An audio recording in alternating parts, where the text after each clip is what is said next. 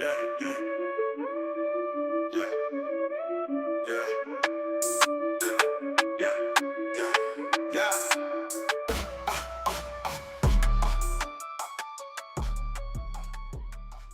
What's going on, everybody? I'm officially back, I guess. I've been away for a while, and before this episode, I wanted to clue everybody in as to why and what's been going on. Because the last time I put one of these out, I said I'm going to do this more often, and it's going to become a more regular thing, and my goal is to do two a month, and all these things that I said, and I never did. And part of the reason for that is because a couple of months ago, uh, I won't say my life got upended, but it was definitely changed for the better. And I've been focusing on that. So, a little backstory. Most of you, the people who listen to this, some of you know me. You've known me for a while, and you know that for the past 7 years, I was working basically in corporate America. I was wrapping vehicles. Um, for a franchised company. Those vehicles would go out, work there for 7 years, work my way into management, all that kind of stuff. But in the exact same time while I was there, I never stopped doing side jobs.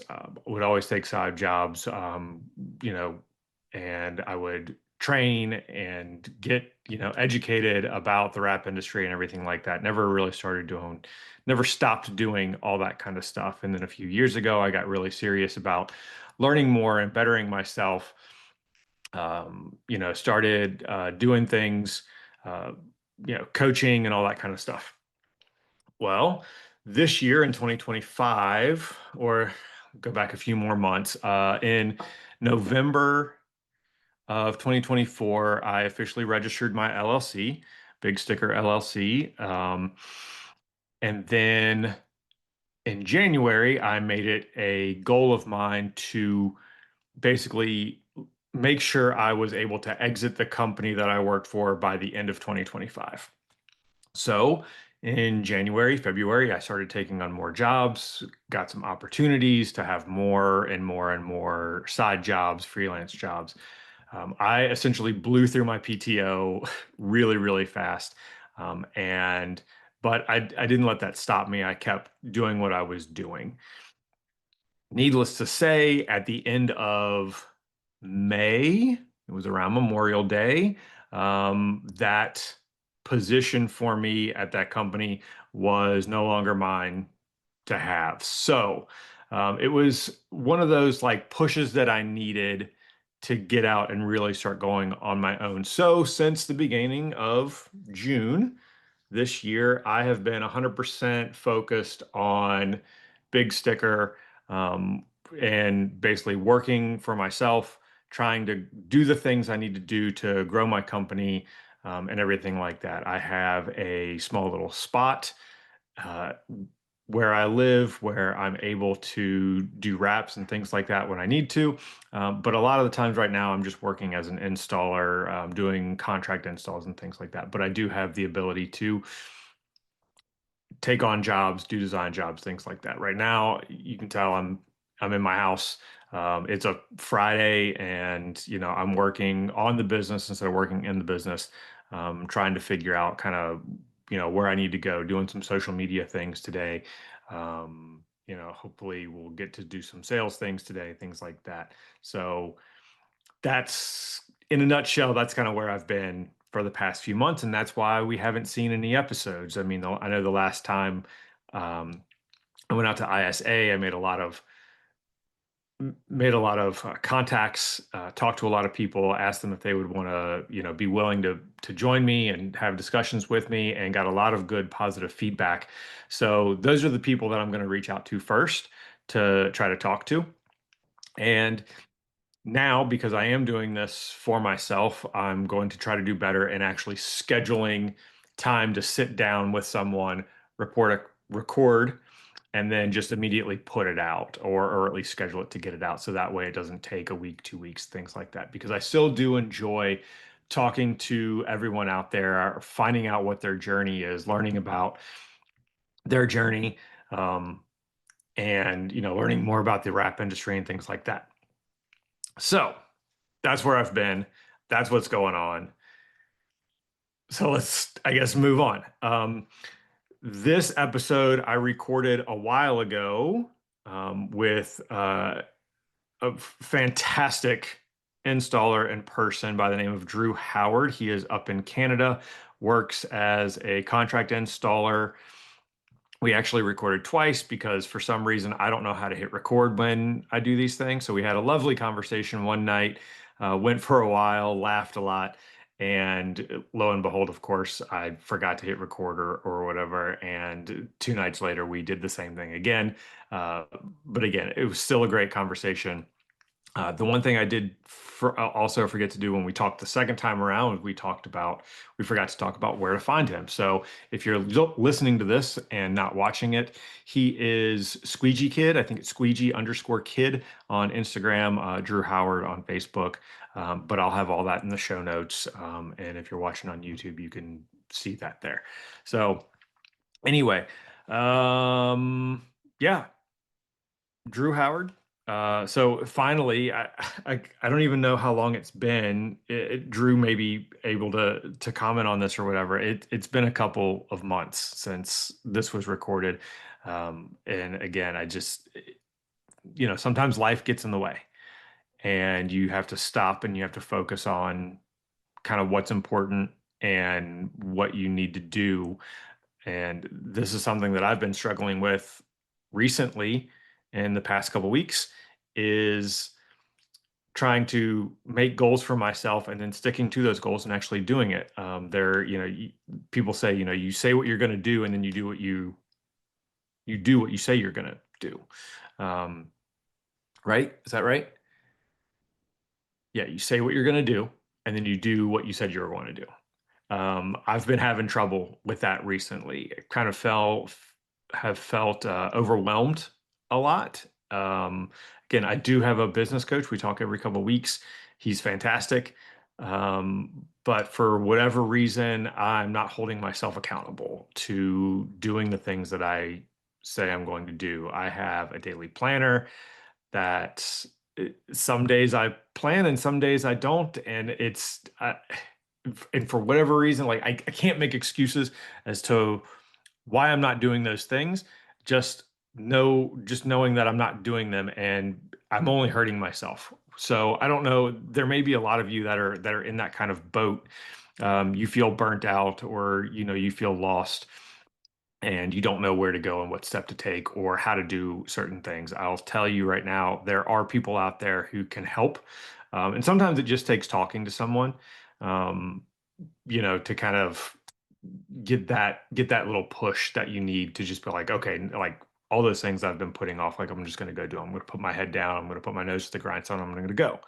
And then there are times where you need those few days or a few hours or whatever just to kind of sit and relax or go exercise or get your head away from things like that. So I don't know where I'm at right now. I don't know if I need to relax and just chill for a little while or if I just need to just suck it up and for lack of a better term, Matt Ferg said this, be that motherfucker that gets shit done. I kind of think that's where I'm at right now. So changes are going to be made. But anyway, for me, for the business and everything like that, starting to put things up on social media, recording everything, making sure that my processes are there, making sure that my back end stuff is there, that I have my pricing and all that kind of stuff. Like that's all stuff that needs to be done. And it's a lot. And realizing that it's not happening overnight is fine. It is a process. It's a slow process, but never stopping, never giving up, and being consistent is the key to moving forward and being successful. And that's what I have planned. With that being said, the past couple of months has been great. I haven't missed, quote unquote, working for someone else. I like working for myself. I like the freedom that I have to, you know, uh, you know, do things with my family if I need to, schedule what I need to. I haven't had to technically sell anything as of yet due to, word of mouth and things like that. So far things have been good. Um, and hopefully it's going to get a lot better. As the year winds down, this is something that I know for a fact I do need to to push forward and make sure that during these winter months and things like that, I have jobs and things like that coming in. So, and that's all going to be on me. So, anyway, that's kind of my little, sorry to kind of get up there and just monologue at everyone for a little while, but I felt like if I don't tell my story, then what's the point of you guys tuning in and listening to someone else's story? So for now, that's my story. That's kind of where I'm at, and we'll see where I end up in a few months. Hopefully, everything's great. No, and it will be great because it's going to be great, and I'm going to make it great. So without further ado, here is Drew Howard and the conversation that we had maybe a couple months ago.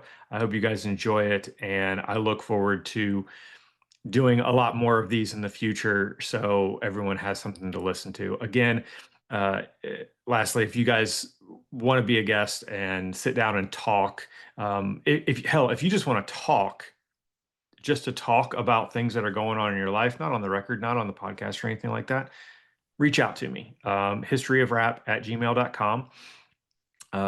If you want to be on the podcast, just type in that subject line, podcast guest. If you don't, just shoot me an email and say, hey, let's talk. I got some things that are in my life that I'd really like to talk to you about, or some business things or whatever.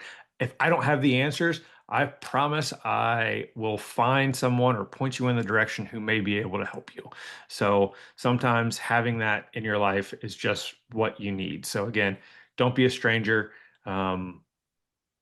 Hit me up. Let's go. And, I will talk to you guys soon. Peace.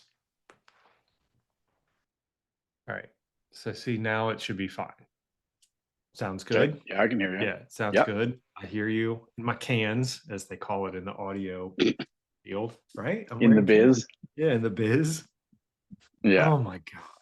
All right. Well, hopefully this will work. Like I said, I got about a hard out in about an hour. That's fine. But that's the way this works. So Operative question. Are we yeah, recording? we All are. right. We are recording. There's a little cloud All right up right. here in the top corner. We're Nice. good to go. When I came on, it said you are being recorded. So Yeah, that's me too. here we are. We are being All recorded. right. I'm gonna put you right in front of my camera here. So Drew Howard, long time, no talk. Brice. How you doing? I mean, pretty good. How about you? I'm doing well. I traveled to about an hour and a half away today and did some work. Worked on a Porsche GT3 race car Nice. with somebody today, and helped him knock that out. There was a couple of us. It had to be done. It was literally getting shipped out today. Like, Oh, geez. we had to Nice. start on it and finish it, and the three of us got it done and came home and Sweet. sent my kid to soccer, and ran back and have had nothing but audio problems with you, and here we are 15 minutes Well, later. So whatever. yeah, so It's here getting we done, are. right? It's getting done. It's getting done. So, I guess I'm going to become the guy that just calls people all the time to just, hey, I know we had this great conversation the other day, but you want to do it Want to again? do it again? I loved it so much. I can't stand to be away, and I want to do it again. But except this time, I want to talk about all the same things that we talked about in our last conversation, because I don't know how to hit a record button. Yeah. I mean, I've had a chance to think about what I said, and I'm like, I shouldn't have said that. I should have said this. Wrote a couple of notes down. But now I don't know. It's done. And I know people don't care and everything, but I care. I think we had such a good conversation. It was really, genuine, and you know, we Mhm. had some good banter back and forth about how you say certain words and everything like that. And we're just not going to have that this time because I know it. You know, Like I I'll get it. try and say decal as much as I can Yeah. instead of decal. Yeah. It's yeah, But yeah, again, like it just you can't some things you just can't recreate.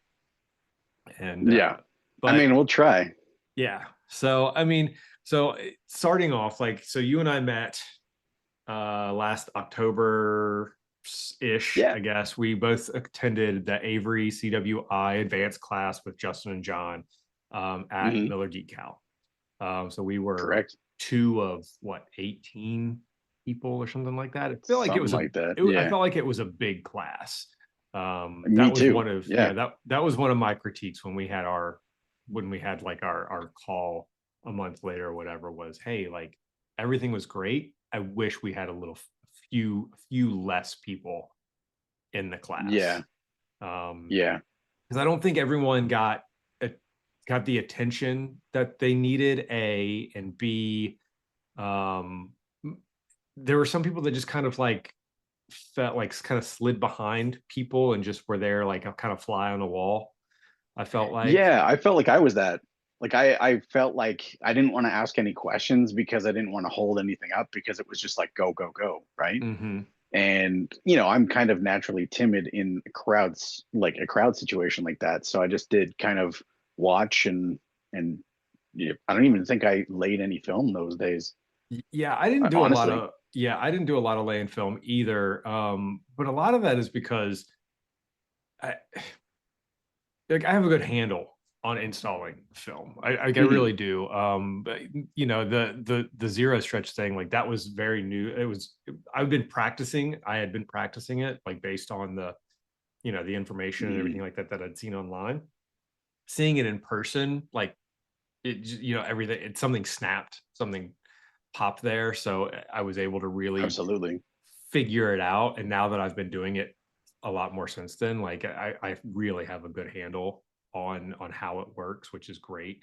But Hmm. yeah, during that, I don't know, there's doing recesses and doing certain things, and I'm like, yeah, I know how to do that. I know how to do that. I would rather, I don't know, I doing go into classes, like if it's something that I've never seen before, I'm like, yeah, let me get my hands on this stuff. I want to work with it.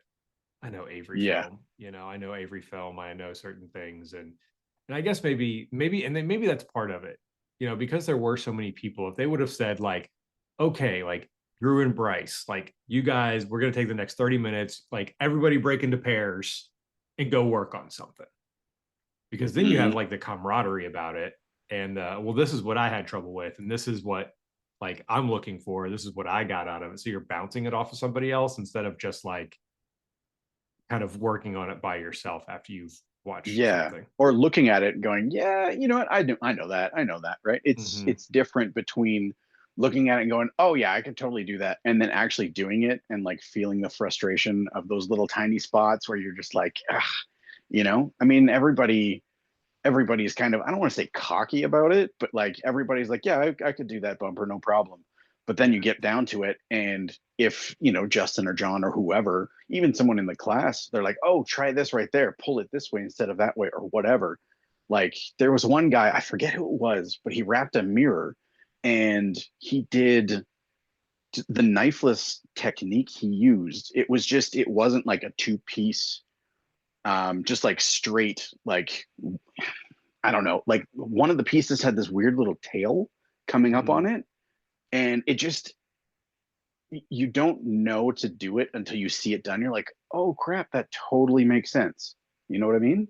Hmm. And I wish I remembered his name. I could see his face.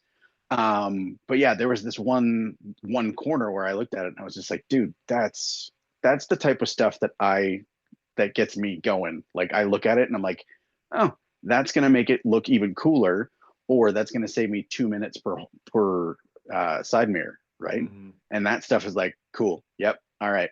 And like watching Justin and John stretch that bumper and then just like literally pinch it and bring it under and heat it and it sucked under. And I was like, dude, Yeah. get out of here. Like it was like watching witchcraft. It Yeah. honestly was like watching a magic trick. And then he explains it so that our minds can understand it. And you're like, yep, that totally makes sense. Why it's doing that. Why I've never done it that way. It Yep. just, you do what you do because that's the way it's always been done. And then you see something else and you're like, oh, okay, I need to start doing it that way. Right. Yeah. So yeah, I agree with you. I've started doing a lot more zero stretch, more on small stuff like door handles and mirrors, but it's creeping its way into it hasn't I haven't done it much on like hoods, but it's definitely a tool in my arsenal for bumpers as well. Yeah, I'll definitely say like I mean I did the Porsche hood today like that. I hit my corners, my top corner close to the windshield, and kind of like stretched it Mhm. across. And then instead of going to, and like Porsche hoods are kind of a weird because they're kind of flat anyway, but this one had a bunch of, Mhm. air dams and things like that in it. Louvers and stuff Um, and yeah, a bunch of air vents and holes cut out in it, just it's a race car. mhm. But instead of going like to those front two corners like you think you would do and go corner corner corner, like I attacked those back two corners and I immediately went to the center front and pulled hard at the logo, Mm. like right in the center, like where the bumper is, and then Yeah. pushed out to each side, and that's the Mhm. way I've been doing my hoods now. Because even if you have to like pick it up, now you're picking up a big because you've made this massive like big triangle from the nose to the two corners, and you kind of pick Yeah. it up, and if you have to, you just heat it and it just relaxes down onto like the other Yeah. corners, and it just makes it's easy. You're not like pulling and tugging and everything. It's just the Yeah. vinyl does what it wants to do, and as you're doing it, it shrinks the vehicle. The Yeah. back bumper was the same way. Like the back bumpers on a GT3, on a race car GT3, not a consumer driven GT3. They're a beast. Like they have to be Yeah. done in like 8,000 pieces if you really want to do them right. But like stretching it around, like I stretched it around by myself and I gave it like a good little pull, like pre-stretch, and then had someone come over and like he held it out and I was like, just hold it close to the bumper and I'm gonna heat it. And as I heated it, it just sucked to the bumper, Nice. That's so awesome. made it really easy. My door handles now, I feel like my door handles are better than they've ever been, strictly because Same here. everything that I do, you're shrinking it first and then hooking it. And so Yeah. anyway, And it learned a just lot. feels like Yeah. when you do the pre-shrink, like the zero stretch pre-shrink, it doesn't it just like when you pull it cold, it just feels more buttery. Like I don't know Mm-hmm. what it is. It's just like when you take it back to actual zero and then you install like normal, it just feels different. It I don't know. Like when you shrink it on the paper, like when you take it out, shrink it on the paper, it Yeah. shrinks so little, but then it just feels like it's done 30% of the work for you, Right. you know? Like it Yeah. just makes it that much easier and that much nicer and like you don't have to worry about it. You don't feel like you're pulling it too hard and like Mm-hmm. hooking those back corner like, it just doesn't feel Yeah. wrong And it's just anymore. it's easier. Like Yeah. that's like it's just like it's less stress on your body. Mhm. That's what I Yep. love about it. I'm just like, oh, I'm gonna give it one big tug, like especially like bumpers. I'm gonna give it one big tug at the beginning, and then I'm gonna pick the like half the bumper up, and then I'm just gonna heat it and let it shrink. Yeah. Where before we would pull and tug and tug and tug and like immediately like squeegee it down with all that tension, you Yeah. know, into it. And it's like, no, why are we doing that? Like give it a good cold stretch and then heat it and let it shrink to the vehicle. Like that's easy. Yeah. I So mean, I've done like when I'm working with someone, I've done a version of that kind of like heat it as you go around, but it's mhm, not as intentional as when Justin and John did it. It was just like, you hold the corners, you kind of hold it away, pull it, and I'll kind of heat it and kind of tack it and stretch it around. You've seen the videos. Everybody's done that, seen those videos on Instagram. But like when you do it intentionally and you know exactly what it's going to do after you're doing what you're doing. You, yeah, you know what the next step is, and it's just not like, oh, figure it out. yeah, It's so much nicer. yeah. Yeah, I it's like it. easier on your body and just your I brain. like I like working with someone who's never done it before, like holding, like when they're holding it and you're heating it and they're like trying to hold hold the vinyl like way off the surface as you're heating it, and you're like, no, no, no, no, no, Mhm. like put it right up against the surface. And they're like, Yeah. what? I'm like, don't pull on it, just hold it and put it right up on the surface, and I'm just going to heat it. And like when you start showing it to them, like, look, it's literally shrinking onto the vehicle, and they're like, oh, like, I never really Mhm. noticed that it did that. It's like, yeah, because the entire time you've had it 3 feet away from the vehicle, and you're pulling on it as hard as you can, stretching the shit out of it, when you just need Yep. to hold it, Yep. and let the Let it vinyl, do what it does. yeah, let the vinyl do wrap itself. Like, it'll wrap the vehicle for you. It's so easy. Yeah. um Yeah. but so like me, before Zero Stretch came along, you've been doing this a long time. Yeah. Yeah. That was a good So segue. yeah, you're what, 15 years in, I think, on your own. Is that Yeah. about right? Yeah. So I'll kind of give you the origin story, the kind of where I've come from to where I am. Yeah. I started in the print industry in 2000. My roommate owned a print shop, and he just needed help. He was so busy, he was sleeping at the office. And I was like, dude, do you need help in evenings, weekends, whatever? And I just kind of fell into it. It was weird. We ran like Xerox printers, and we would do all of the stuff for bars and nightclubs and restaurants around Calgary where I live. And we would do like ladies' night passes and stripper posters and all of the garbage you'd find in an alley, on Sunday, right?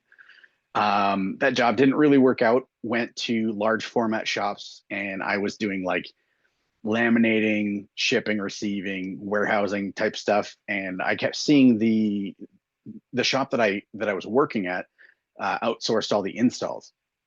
And when I was in the warehouse, I was kind of like always making an excuse to be over by where the vehicle guy was doing or was wrapping. And I was just watching him because it's fascinating, right? Um, so I asked my boss, can I take the 3M course? And he said, no, I need you in the warehouse. I need you in the laminating room. So I said, well, screw that. I paid for the course myself. I took it.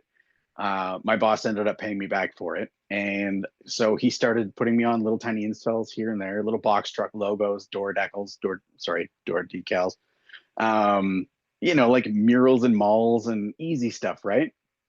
And so the reason I left that job is being in the print industry for so long. A buddy of mine was he runs a marketing company, and he was rebranding a landscaping company. It was 150 pickup trucks. It was a bunch of like equipment, all this stuff.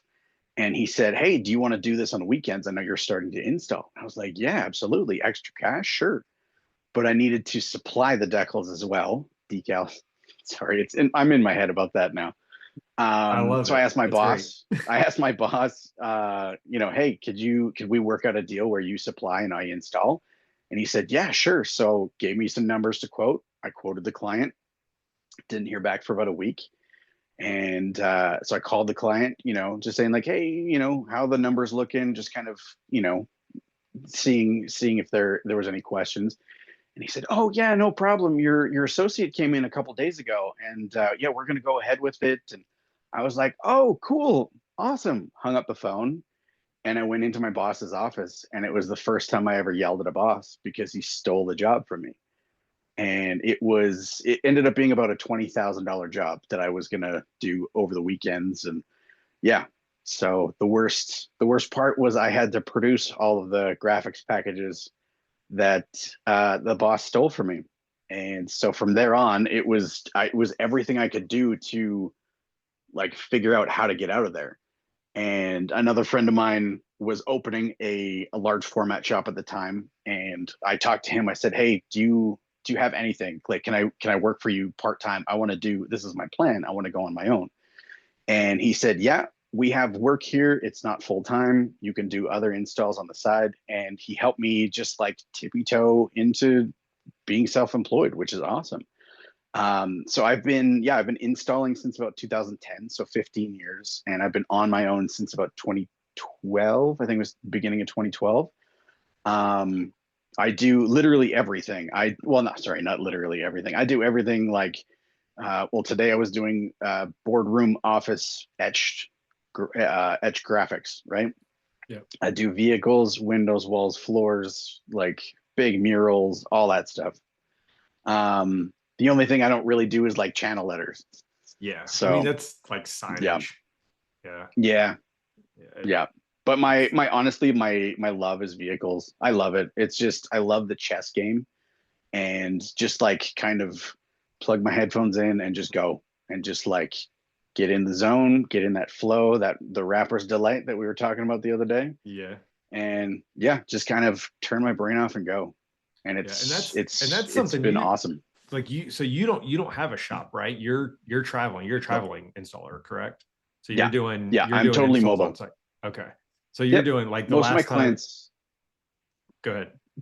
oh, sorry. Yeah, most of my clients are print shops. So Okay. they will sell the graphics and I'll go, into their back, like the shop area and install for them. I do have a Okay. couple of retail type clients, like car dealers. I have a Right. couple, like two or three that I do a bunch of work for. So yeah. Right. And you have a local friend who you've traded work, well, not traded, but like he does PPF, you do wraps, and you guys don't do those things. So like you Yeah, refer. yeah. So we kind of farm out work to each other. Right. There's a couple of guys that do like really amazing glass work, like optically clear. I cannot get the handle on. It's just Mhm. I don't know what it is. Maybe I don't clean enough. I don't. It's just it's frustrating to me. And I have a guy that is phenomenal. It's almost maddening to watch him work because he's so good at it. Um, and yeah, I know all of the best guys in my area and even in kind of like Western Canada. And yeah, we if I can't do a job or I'm not comfortable with the specific part of the job, I'll farm it out all day. Yeah. Yeah. Because like the last time when we were on that call with Avery on that follow up, you were in a Mercedes dealership Yep. wrapping a I was in G-Wagon, the showroom. like in the I showroom, was right? wrapping a Yeah. G-Wagon in like the back corner of the showroom. Right. So yeah. Right. And now when you go on site like that, do you have like Gary Householder has like a sign? He's got like a little A-frame sign that he takes with him when he goes and installs that says like wrap Yeah. in progress, please do not disturb. I don't know if it says please do not disturb or whatever, but he literally puts up like it's like a caution sign. Do you have anything like that to kind of like I've keep thought of people it. like stay away? I'm working. I've thought of it, but it's like, I don't know. I just kind of go and do my thing, right? And people talk Yeah. to me sometimes.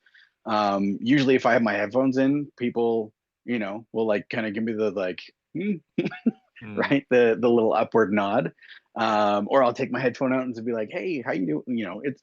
I'm okay with answering questions and, talking about this stuff. But yeah, I mean, I haven't really had any reason to. I thought about putting up like a banner stand or something like that, but I don't want to. I don't want to ask my clients, "Hey, can I advertise my business while I'm doing work for you?" Right? Right. Like it just, I don't know. It It's like putting up seems it's like putting up a yard sign or something if someone's doing your like fence in your yard. true. Like Yeah, they'll if they're doing your roof or something, yeah. or Yeah. yeah. I don't know. I mean, I don't know. I haven't really thought about it. I'm not Yeah. trying to like say that Gary's not doing it right because he's No. awesome. That Well, dude's and amazing. the reason he did that was because I think he's been doing like planes.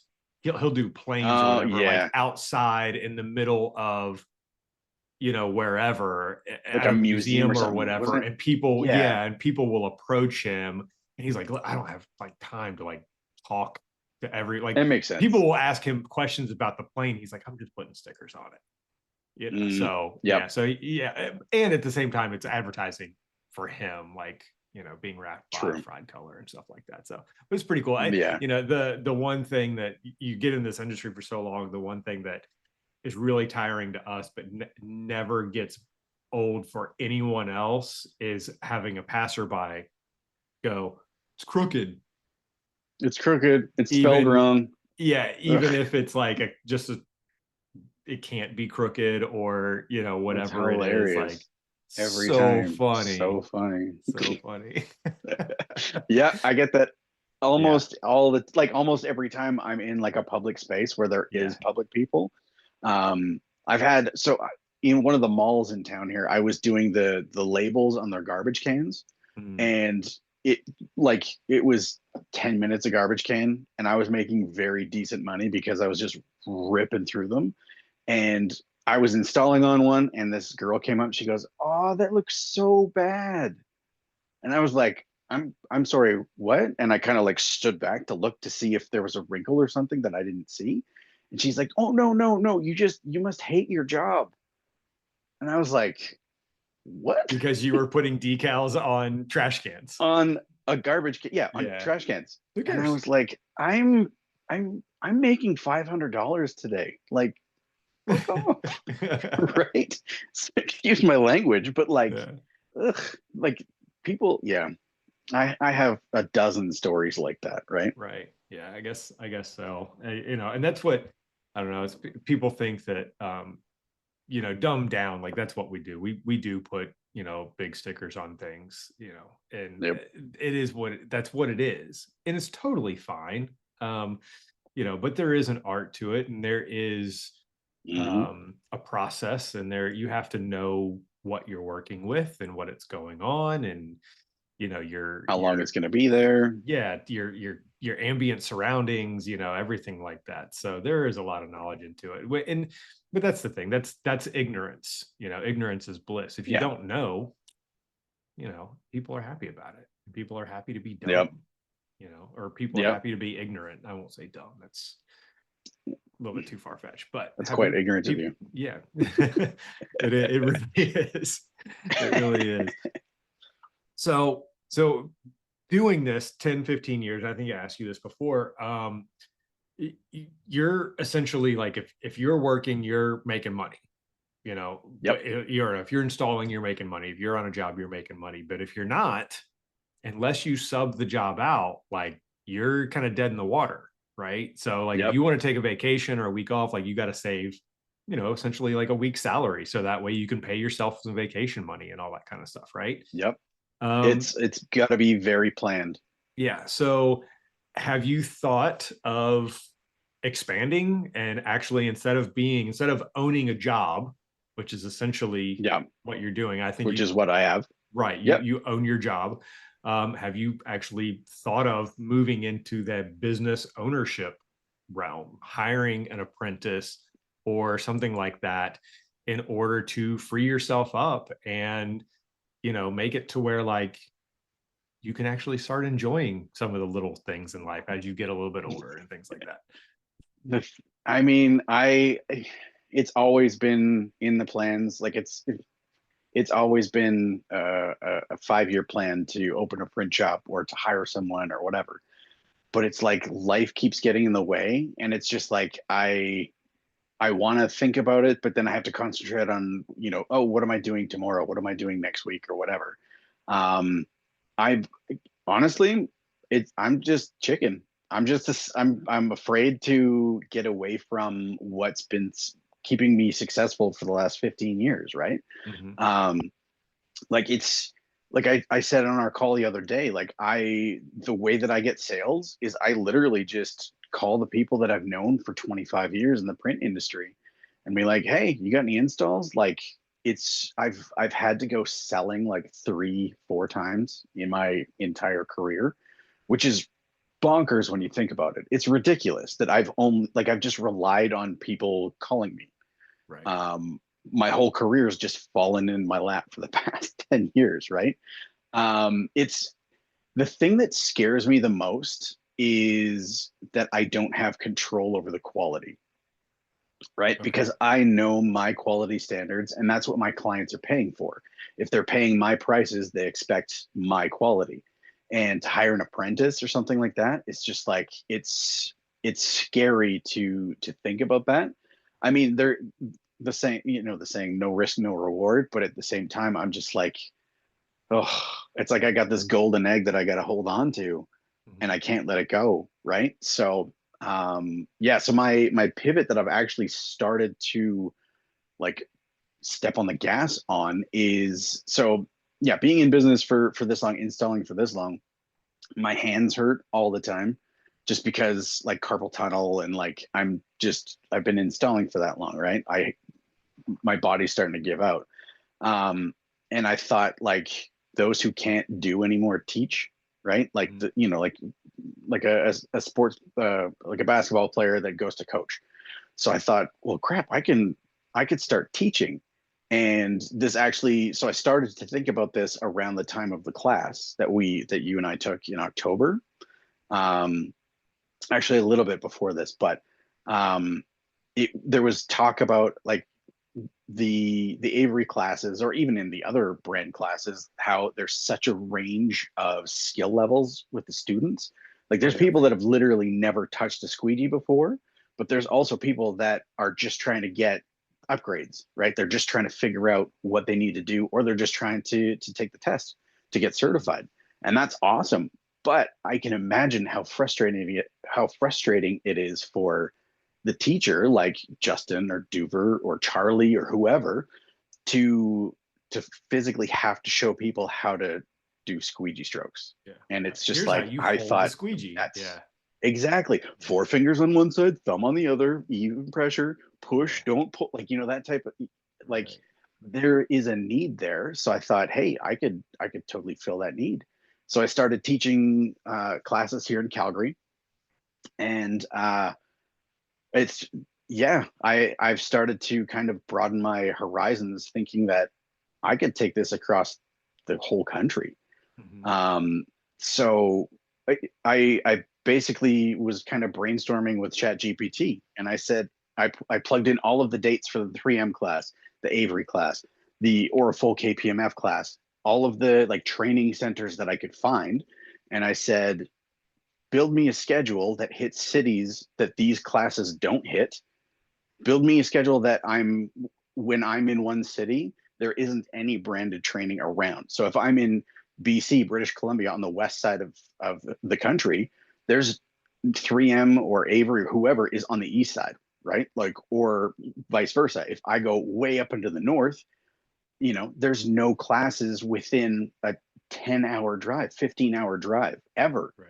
And when there are classes in like within a 15-hour drive, there's only 10 spots, right? And oh, people in that city get that 10 spots. So I thought, like, there's so many underserved cities and areas and regions in Canada. Why not give it a go, right? So that's my next venture, is just go to train. Because if I can wrap a fender, a hood, a bumper, a mirror, and a handle once a week and still get paid for it, like, that would be awesome, right? If I can use that as supplemental income and I don't have to install all day, every day, if I don't have to start at a mall at 9 p.m. to put up murals, yep, sure. If I don't have to do those jobs, sure. And the thought is to expand this, to do the same thing with tint, to do it with PPF, to do it even with ceramic coating. If I can have, you know, half a dozen trainers around the country at all times, yep, absolutely. So if I can essentially create a school, or like a traveling band of trainers, that would be amazing, right? So that's what I'm putting my attention on right now. Call it the TBT School of Rap, traveling band of TBT. trainers. Yeah, traveling All band right. of Okay. trainers. All right. Need to make it some sort of circus theme or something, right? Yeah, I don't know, right? No, I Yeah. think that's good. That's what's funny is, like, I feel like in in like today's environment, with rap being so accessible, I feel like training classes they're not a dime a dozen, but I feel like there are a little bit more of them. And I don't know how it is in Canada. I really don't. There's not. What I do There know really is isn't. that I know the big manufacturers don't go into Canada too often. I do know No, that. no. There's Um, like, I don't know, 6 or 8, maybe not even 8. There's probably 6 major cities that every, like, 3M only comes to Calgary in March. right. Once. That's Yeah, it. exactly. Avery's going to be here in June. But it's like, unless you're part of those 10 people, 12 people, 15 people, you're screwed for a Yeah. year, And you got to get right? in early, So, or you got to go yeah, across the country or halfway across the country to catch another one. exactly. So yeah, Exactly. which makes it a little bit Right. different. Yeah, it's really nice. Like, that's the one thing I did like about I do like about Avery and Orful and KPMF, for that matter, is like they choose shops around the country, which makes it, around the US, which makes it a little bit more accessible to everyone in the contiguous 48. Because I don't think they go to Hawaii, and I don't think they go to Alaska. However, that could change. But it makes them just easier to get to, which I think is great. Yeah. Like I have no problem, like going to Atlanta, like going to Miller Decals, like that's a 6-hour drive for me. I could fly. It's an hour, and it's probably less than an hour in the air, but then I have to rent a car. I have to get to the airport early and all that kind of stuff. So I'm still like, you know what? I'd just rather drive 6 hours. So if I can drive within 6 hours, go into John's shop in St. Louis, Vinyl Images, that's a 6-hour drive for me. So like if I can hit something within that kind of time range, like I'm driving. Now, what I will say, the bad part about that is you don't necessarily have the facility that going to a certain place can offer. True. Miller Decals is fantastic because they have the room to not stop their business while doing training classes, and they have modules and stuff set up for things, which is great. The 3M facility in St. Paul is top notch. Of course, have you ever been to St. Paul to train to the 3M facility there? Yeah, like their facility is great. Unfortunately not. Yeah, they have everything that you need, like within just one enclosed area. You want a brick wall, they got a brick wall. Do you want glass? They got glass. You want a solid floor, like they got all that stuff. They even still, even though they don't train on them or test on them anymore, they still have the corrugated trailer sides and things like that. They have trailers with rivets. They have, their PPF stuff. They have hoods. They have, front ends of, transit connects for bumpers. They got rid of they used to have what was it, PT Cruiser? HHR bumper? Or HHR, that's what it was. HHR. They used to have a full HHR. They got rid of those because who drives an HHR anymore? Like you're not, if you see one of those, like who cares? They replace it with the Camaro. So now you do an entire, like if you're doing fleet, you do the entire side of a Camaro, and you have to do it in X amount of time or whatever. Nice. If you're doing a color change, you have to like be able to do a door jam, on the Camaro and things like that. So I think the test has gotten a little bit easier than it used to be, because I've been up there a couple times, and while the very first time I didn't go there to test, you did train on corrugated trailer sides, and you did train on like the HHR and stuff. And now, because they took the corrugated, because I guess corrugated trailer sides are like kind of a thing of the past as well. You don't see those really much anymore. They took that out of the test. They do have smooth wall, and you have to know how to like go into a corner and then come out of the corner and then go around another corner while while not going so high. Yeah, keeping your line straight and that's so like they do have it, and it is fun, but I don't think it's near as difficult as it probably used to be. But I wouldn't know because I didn't take it the first time. I've known other people that have. So anyway, the test up here did have corrugated trailer. So the classes, as far as I know, all the classes like 3M and Avery and even KPMF and Oracle, they are at suppliers. They're not at actual wrap shops. So there's up in Canada. So they don't go to wrap shops. They go to suppliers, and the suppliers have, like in Calgary, we use ND Graphics as one of the national suppliers for 3M and Avery. They just got Hexus. I'm not sure. They got a whole bunch of stuff. But they had a room where they had an HHR bumper bolted to the wall. They had transit back doors bolted to like some metal tubing, and they have like a brick wall, like a fake brick wall, but it's essentially the same thing. The trailer side, all of that stuff is just kind of there. But yeah, like it's pretty tight. It's not meant for more than like, I don't know, I wouldn't say more than 8 people to test. Maximum, absolute maximum. But yeah, like my thought for when I go on the road is, I'm gonna like email shops and be like, hey, I'll give you a shop discount or something like that. If you want me to train your people, I'll give you X number of dollars off, but you need to host for 3 days. And, we need enough space for up to 15 people and 2 vehicles, whatever, right? Like whatever, Right. whatever I can do. Like that's my hope, is to kind of use the US model and go to actual shops. How do you plan on, I guess, creating awareness for that?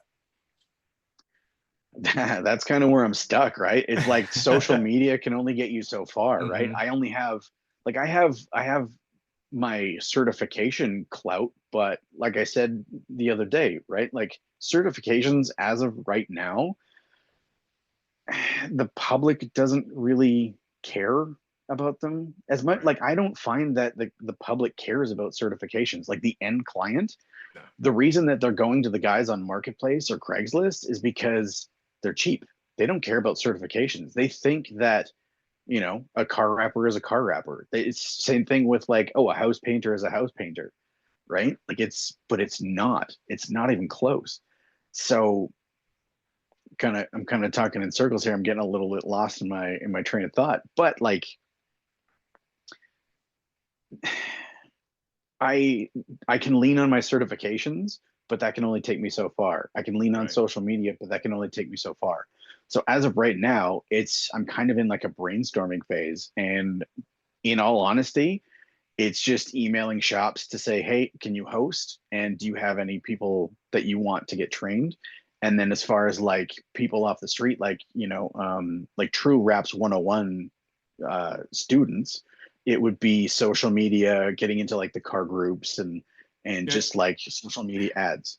Have you you've had classes before, like you've done a few classes, like you I've have done some about under your half belt, right? dozen. Yeah. Okay. Yep. So I would say like you take some of those, like you get in touch with those people that took your class and you get them to write testimonials. You Done. build, Done. yeah, you build your site, you build, you have to build your reputation from something. So you have to manufacture Yeah.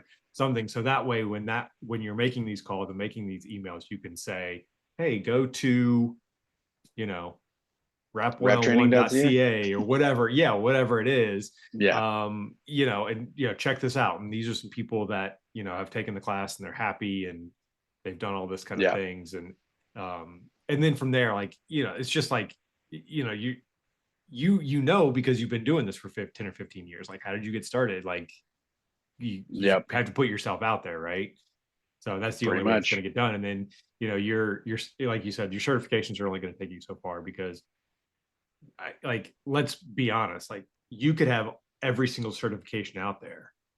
I could have none and I could be quote unquote more successful than you Mm-hmm. strictly because of a reputation. Absolutely. Or Absolutely. strictly because I put my stuff out online all the time and people are gobbling my stuff up, or Yep. something like that. So it's all about perception. Yeah. Perception is reality. I know we talked about this last time, but Paradox, right? Yeah. Look at him. He doesn't Yep. have any certifications that I know of. Yeah, maybe he does. I don't know. He's got all of this content online, which Mhm. I think is questionable, but his following, his reputation is huge, right? Mhm. And it doesn't matter if I think he's dog shit. His reputation, my opinion does not matter. Yeah, it doesn't based matter on his one way or another. It reputation. doesn't matter if you think he's the best rapper, the best Mhm. installer in the world, or the worst. It does not matter Yep. because he's built a community and Around himself. has found his niche that supports his business or side business or whatever it is. I don't even know. At Mhm. one point, I thought I had heard somewhere that he actually has like a full-time job, not Mhm. in the Yeah, rap you were saying industry that or last whatever. time. Yeah, I had heard that somewhere, and I don't know if it's true. And part of this is like, I kind of got to get him on the podcast. I would like I to would talk to him. love to hear his story. I would I love would to hear his love to see story. it. I think he has a Absolutely. great story. I think he has a great personality. Based on from Yep. what I saw from him doing something with Justin and Reiner, Yep, on the Rap in the Institute. Rap Institute. I think he's fascinating.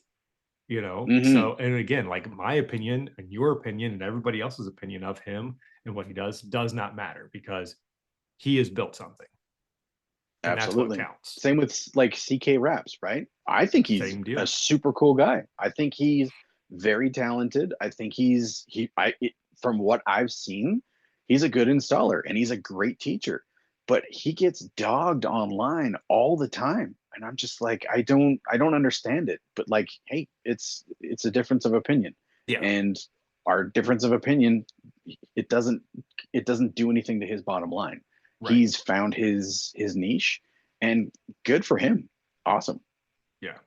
Yeah. Yeah. And I think that's part of today's society and people harnessing the power of the internet and social media and Mm. YouTube and TikTok and The next one, all right? of them. Yeah. Yeah. So like that's the part of it,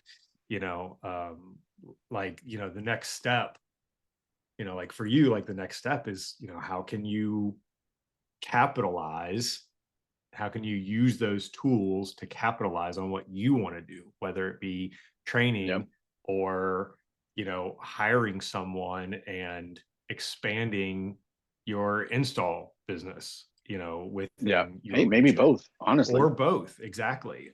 Heck, I was just talking to somebody today about having a nonprofit. Just because you have a Nice. nonprofit doesn't necessarily mean it's a charitable nonprofit. Like, just because you have a nonprofit doesn't it mean it's not for gain?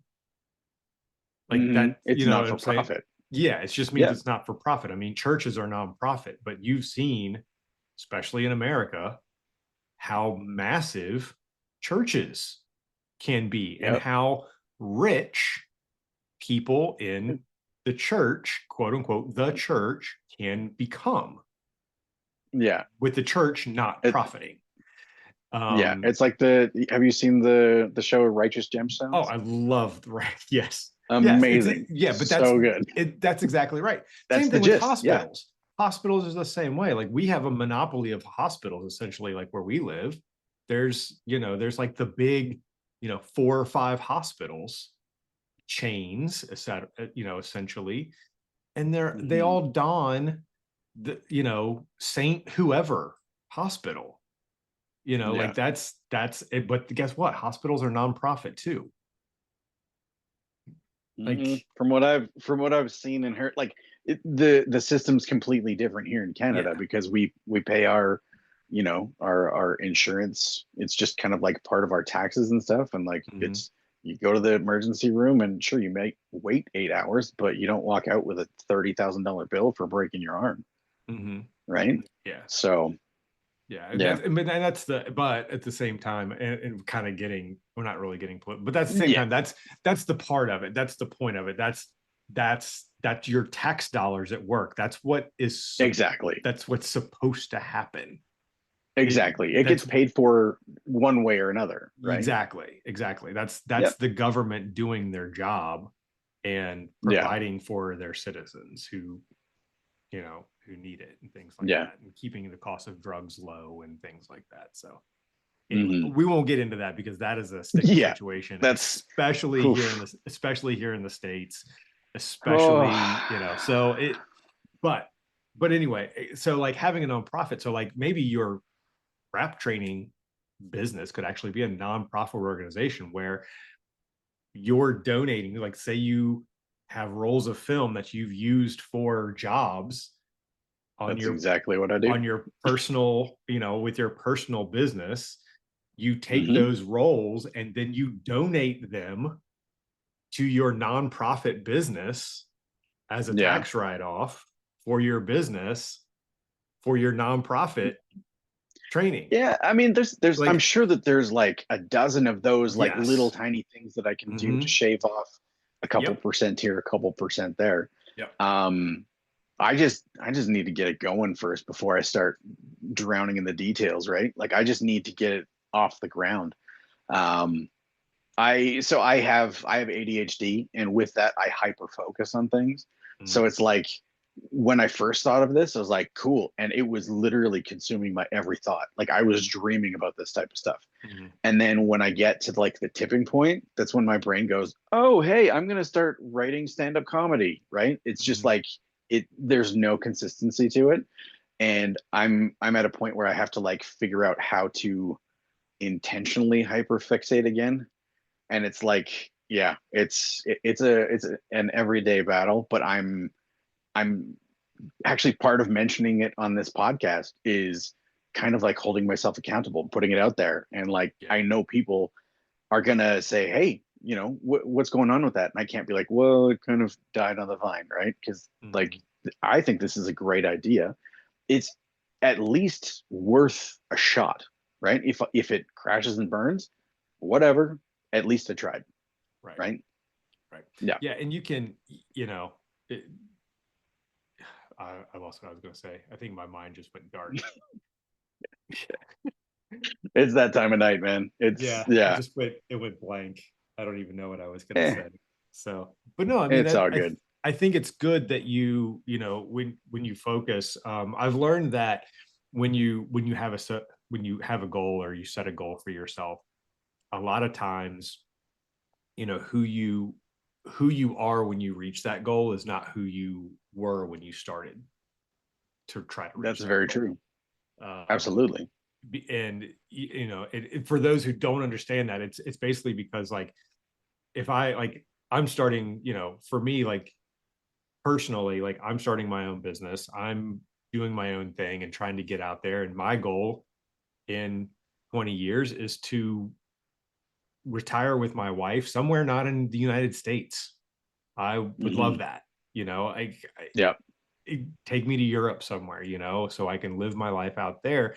But guaranteed in 20 years, if I reach that goal and all the little tiny goals between here and there that are going to get me there, I'm not going to be the same person because that person that it takes to get there you know, has has taken the steps over and over and over again to Hmm. do it, do what I need to do to make that happen. So whether that's planning, um, you know, hiring people, saving better, investing more, all that kind of Yeah. stuff, things that I don't do now, maybe I'll end up doing. Totally different person. Yeah. Well, the thing is, in becoming that other person, with the every time you achieve an action step or a small goal, you learn, right? Mm-hmm. So like you learn all the lessons along the way, and you take that information, and that's what makes you that different person at the end, right? Right. Or like not at the end, but on the other side of that fence, right? Right. On the other side of that mountain. Yeah. Yeah. And that's where being focused, whether or not I mean, you may have been diagnosed with ADHD. Yep. I think everybody has some form of some Yep. kind of attention deficit disorder, period. Like Yep. we all do, especially today with, you know, social media and our phones and everything like that. I mean, Oh, it's with you. really hard not to be distracted. Absolutely. Or get those little hits of dopamine as you're scrolling, just doom scrolling somewhere, because Yeah. every time you scroll, it's just like dopamine, dopamine, dopamine, Yep. so Absolutely. it's really, really easy. So it's like, and how do you fix that?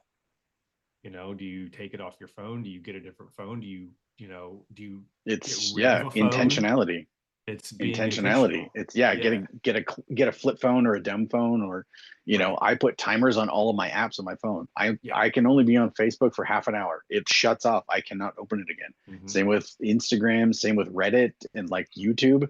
Yep, Hmm. half hour a shot. And in all honesty, I'm at the point where I need to even put like, okay, I'm not allowed to have YouTube on my phone ever again Hmm. because I will hit that half hour and I'll be like, well, I'm not going to bed right now. Like open my Chrome app and just like start going on there. And it's just like I know what I'm doing is bad, but it's just like, yeah, like you said, it's the dopamine. Just like keep going, keep going. I Yeah. could watch Oh, YouTube shorts for 2 hours. Hi there. I could Say watch. hi to Drew. She's waiting. Hi. Go to bed. All right, I'll come in a little bit. All right, love you. Good night. Yeah, like I could doom scroll for like 2 hours, but then at the end of it, Mhm. if you were to say, "Hey, name me 3 videos that you watched," I couldn't do it Tell me about because it. it's not holding my attention, but it's just holding the, I don't know. It's, yeah, the dopamine is brutal. Yeah. So Yeah. Yeah. I've been trying, like that's the thing. When I'm working, like when I'm rapping, when I'm actively rapping, it's really, really easy for me to, because I take my phone, I put it in my toolbox. I don't mess with it. nice, A lot of nice. times it's on silent. So, and I wear a dumb watch, well, smart dumb watch, Mhm. kind of, but like it'll get notifications, but it won't send notifications. So, Mhm. that's kind of the beauty of the G-Shock. I was just like, no, I got to get rid of the Apple Watch. A, it doesn't work with my tattoos, and B, like, Really, yeah, there's something about I didn't know that. so the pigment of the skin, or not the pigment of the skin, the pigment of the ink messes with the light on the back, and the light on the Hmm. back is measuring the density of basically your blood flow under your skin, Interesting. and that's how it tracks like your heartbeat and things like that. But that's also how it tracks to whether or not it sees like that it's on your wrist, with the iPhone Weird. anyway. So I had, Hmm. or with the Apple Watch. So with the Apple Watch, after I got my tattoo finished, it went all the way down to my wrist. It would get to the point where, like, once you put the Apple Watch on, it will, and you put in the passcode, it will unlock. It will stay unlocked until you take it off. As long as Hmm. when you raise your wrist and look at it, like it recognizes you raising your wrist, and you can just, you don't have Yeah. to type the passcode in again unless you want to do that. Yeah. But with my tattoos, it didn't recognize the fact that it was on my wrist. So I would That's so type the weird. passcode in, I would do what I needed to do, like look at it, and I would put my wrist away, put it down. And the Yeah. next time I go to look at my wrist, I would have to put the passcode in again because it would forget Weird. that it was being worn. And Huh. I learned, yeah. So it took Interesting. a lot of like research to figure that out. It didn't take a lot of research. It took me asking Google like one question: "What the fuck is going on?" Like basically was what it was. Yeah. And that was basically the That's answer. The so weird. tattoos, because it doesn't work with like it doesn't, like if you have dark skin, it doesn't matter. Like if you're black or brown, it doesn't matter. Hmm. It's the tattoo ink But that it's the messes it up. ink. It's the Weird. ink. Yeah. Yeah, I So don't. like, I have a Samsung watch because I'm on Android. I have a Google phone. mhm, But yeah, I don't have tattoos down to my yeah, wrist anyways. I more got a than likely it's going three-quarter to be the sleeve. But same thing. It's going to be the same thing. So hmm. like so I ended up buying a G-Shock because like I could have put my Apple Watch on my right wrist, but that's weird to me because I'm right-handed and I've never ever done Yep, that. And I same here. tried it for a little while and I'm like, no, I can't do it. It's too strange. Um, Hmm. So I was like, you know what, screw it. I'm going to get rid of the Apple Watch. And I bought a G-Shock, and the G-Shock that I bought has the same functionality. It'll do heart rate. It does steps. It will connect to GPS, and I can track, like if I go running or walking, like it'll track all that. But Hmm. it won't track my heart rate unless I throw it on my right wrist, which is totally fine Weird. for when I'm working out. I don't care Yeah. about that. But every time else, I do wear it on my left wrist because it's just a watch. It still tracks my Yeah. steps. Like it doesn't, the ink doesn't interfere with that or anything like that. And it does collect notifications from my phone. So it'll pop up, like if my wife texts me or whatever, it'll pop it on it'll beep, Yeah. it'll pop it on my phone, and I can read it on my watch, and I can read it on my watch. I just can't reply to it. I can see, oh, she texted me. Interesting. Um, Cool. yeah, but the only thing about that is I have to resync it. Like I have to open up the app on my phone every few days and basically resynchronize the app with Weird. the watch, which is fine. Huh. Like I don't care. Like I love this thing's indestructible. I mean, it's like a That's $300 awesome. watch, and it's like I can probably take a hammer to it and it would be fine. So Nice. yeah, I like it. Huh. I like it. And there's been a lot of them. I've had it for like 3 years now. And I'm like, God, I kind of want another one, but like there's nothing wrong with this. Like I will have it for forever. You can't justify it to your wife to buy another watch. Yeah, I mean, I just want another color. I don't know. Yeah. So, Just get a new strap. That's all you need. I've actually looked for Yeah. new straps for these. I can't find them. Like I could probably Interesting. find one, but like I wanted like a Yeah. G-Shock one. So anyway. Yeah. Yeah. Anyways, So, a little off topic there, right? Yeah, way off topic. So anyone that wants to get an Apple Watch, if you have ink all the way down your wrist where your watch is going to sit, think again. Don't do it. I've actually thought about getting my tattoo removed just where the watch Oh, sits. it's not worth it. That's not worth it. Could be. I know a guy. He goes to my gym. He's tattooed like head to toe, and he's actually getting his tattoo removed right where his watch sits, strictly so he can wear his Apple Watch. He's a tattoo artist. So he's like, I don't care.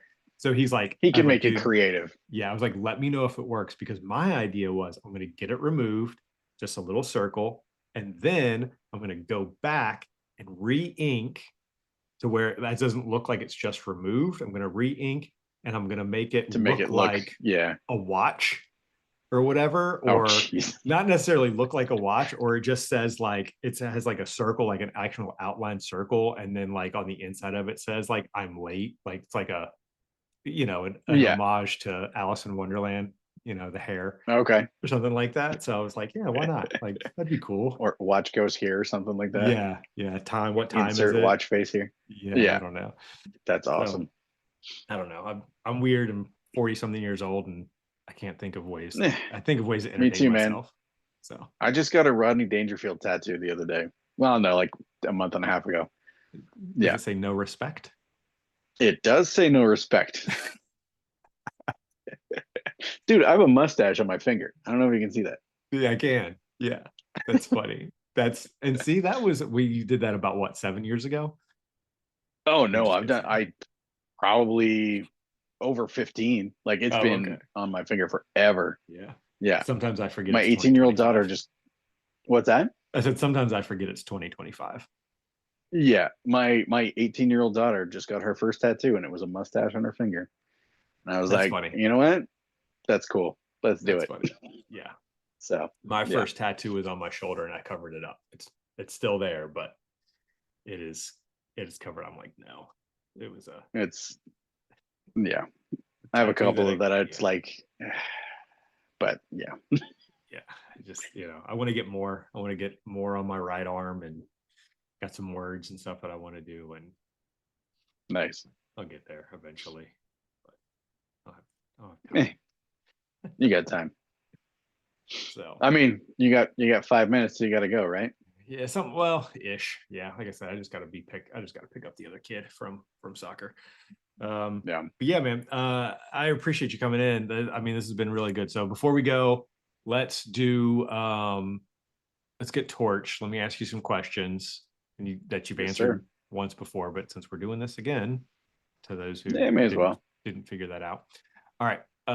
So your favorite brand of film to work with is? Favorite is Avery. And that's across the board. Is that print and color change? I think so. I think my clients dictate what I use, but my preference has always been Avery. Okay. Yeah. All right. Your favorite squeegee buffer combo? Favorite buffer is the Monkey Strip Corner Game. And squeegee is the platinum Rap Dragon. It's the Yellow Tools one that was collaborated with Justin Pate. Okay. That's got the 90 degree. It's got that one corner that's 90 degrees, and it's got like those little like wing. It's the little like cutouts to, I don't know, it just feels so nice in your hand. Monkey Strip on one side, Corner Game, and on the other side, Teflon tape. Teflon tape. Yeah. I'm not a Teflon tape guy. I don't like it. I love it. Too easy. You got to use the film one, not the like one with strings in it though. Yeah.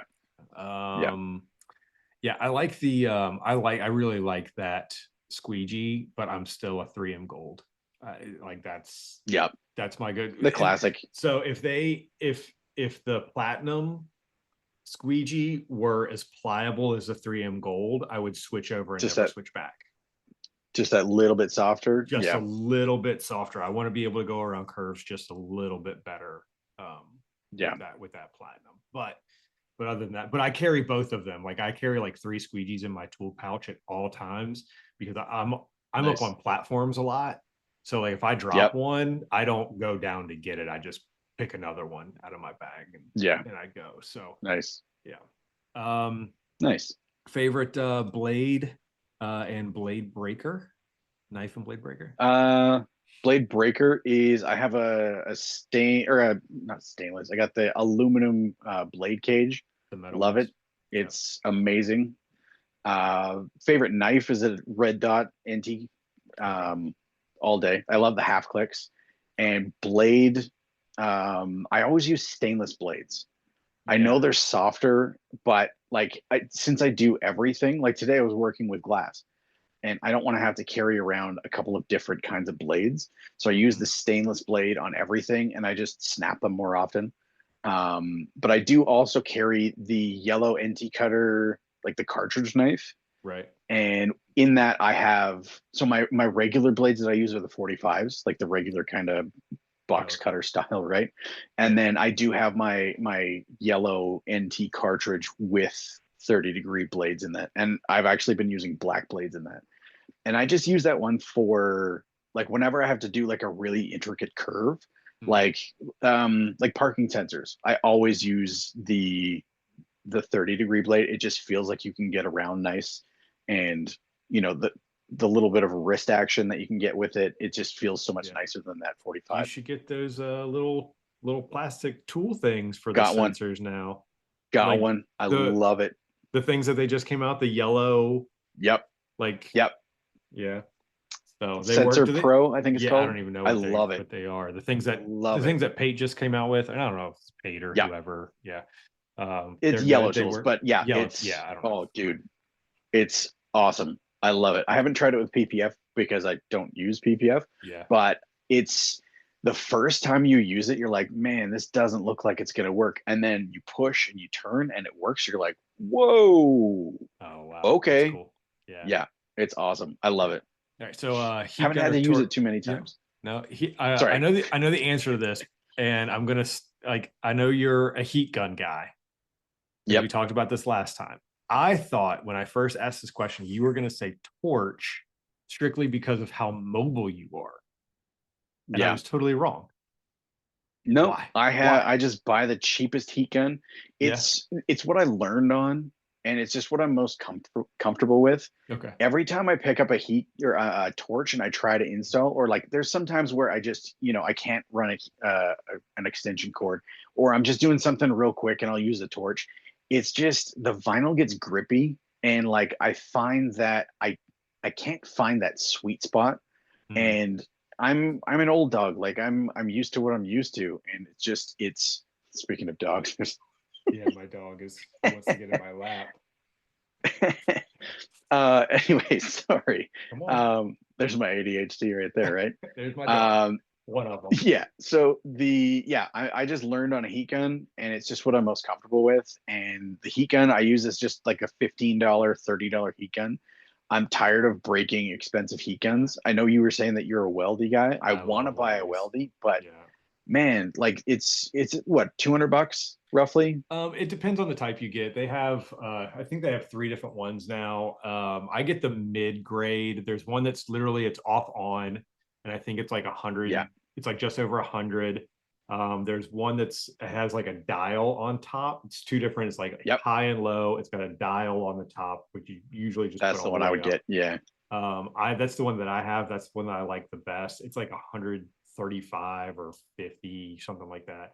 Yeah. And the top notch is the digital one, and it has like a cool down mode and all this kind of stuff. Yeah. I don't know exactly how it works. You can program it. It's just too much for me, and that one I think is over 200. I will say though, they're really good about their warranty. Like if you drop it, like no questions asked, like you send it back to them, they'll either fix it or send you a replacement. That's awesome. And I haven't had a problem, if it's within a year or whatever their warranty period is, like they're almost no questions asked. And they've been really good because I've had to send back a few of them because the people on my team at my corporate job, like they're notorious for dropping stuff. Yeah. Well, it's not their tool, right? Yeah, exactly. So yeah. Well, yeah, like a $200 heat gun, or sorry, $150 heat gun for you guys. Translate that into Canadian, that ends up being over $200 plus shipping. Right. So it's like it becomes a $350 heat gun real quick. Mm-hmm. Yes. And it's like, no, I'll just keep buying $20 heat guns. And when I drop it, okay, on to the next one. I have 5 of them in my garage right now. I bought them when they were on sale. Yeah. All right. So 2 more questions real quick. Sure. Yep. Books. We talked books. What are you reading? Yes. Okay. So I don't really read very often, but I do listen to audiobooks all the time. Counts. The ones that I keep repeating, I actually wrote them down here. The ones that I keep repeating are Atomic Habits by James Clear. Super awesome. It's very easy to implement all these like little tweaks to your daily habits and adding new ones in. So yeah, that book rules. The next one is Unreasonable Hospitality by excuse me, Will Guidara. It's about doing the small things that make your clients amazed, and it makes your clients essentially like a salesperson. It makes them raving fans, and it creates like there's one thing that they do in it. It's called legends. They create legends, and the simplest one, the one that kind of got this whole thing going, was the Will Guidara. He used to run one of the most expensive, or I'm sorry, one of the best restaurants in the world, 11 Madison Park in New York City, and he just so happened to hear someone at a table saying, "Oh, we got to go plug the meter." And he literally took 50 cents out of, whatever petty cash, put it in the meter. And that became like a legendary thing. Like nobody does that type of stuff.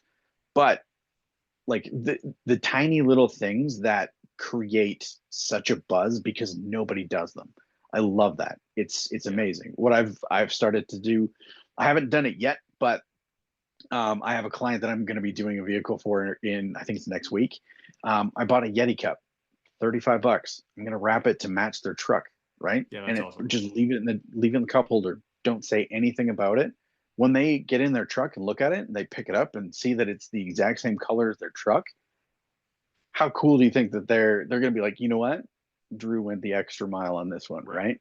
Yeah, so awesome. Simple little things that create salespeople for you. Creates that reputation. On Wednesday, I got to do that.